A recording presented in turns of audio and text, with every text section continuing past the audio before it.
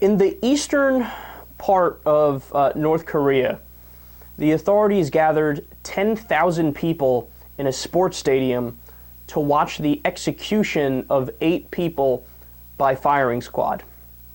In fact, that's just the tip of the iceberg for this story. In total, North Korea publicly executed around 80 people.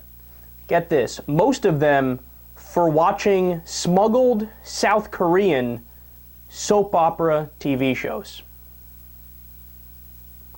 I'll come back to that in a second.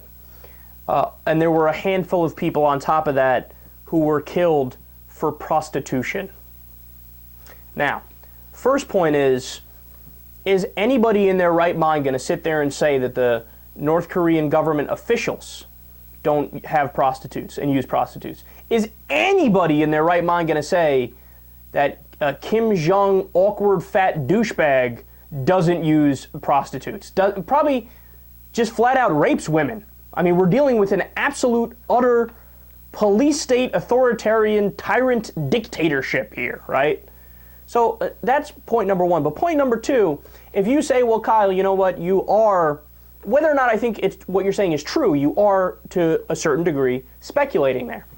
Well, hold that thought for a second, because from an article in The Independent a few years ago, quote, interestingly, the son of socialism, Kim Jong-il, also had an air-conditioned vault beneath his palace with more than 20,000 Hollywood DVDs.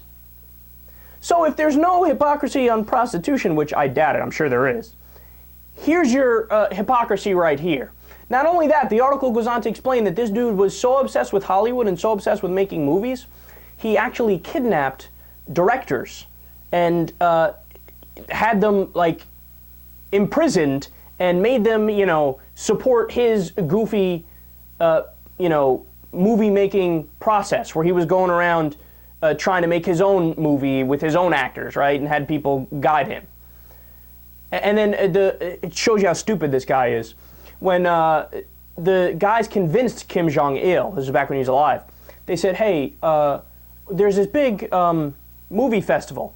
You know, let us go, we'll get some stuff, we'll come back and we'll share with you. It'll be great stuff. Yeah, just let us go, you know, we'll tell you all this new equipment stuff, we'll tell you all the new tricks of the trade, yada yada. So he let them go. What did they do? They instantly defected. Instantly defected and stayed out of North Korea, of course. He actually was convinced, like, oh yeah, these guys really like me, the ones I kidnapped and forced to make a movie with me. So here's a guy, now Kim Jong-un, of course, the younger one, he was around that his entire life. He was around Kim Jong-il's entire life. So, of course, they watch movies all the time, over 20,000 Western DVDs. And they love Hollywood. They love that environment. They also have an obsession with the Chicago Bulls. So they love a lot of things that have to do with America, a lot of things that have to do with the West.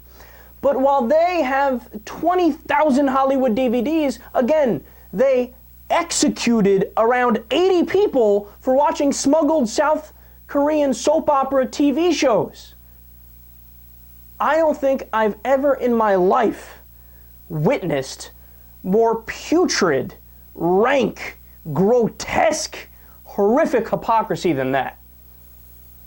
Look, North Korea is a really bad place, man. It's a really, really bad place. And I haven't even gotten into essentially the concentration camps, the hard labor camps. They have 200,000 people in them right now. Over 400,000 people have already died in them. The people are severely malnourished to the point where they literally eat rats to stay alive in the place. We know this because some people have escaped and they've got to China and they've written books about it. They've done interviews about it. Amazingly grotesque things, killing pregnant women. You can't imagine a bigger hell on earth. But all the while that these guys have their population imprisoned, their population actually starving, right?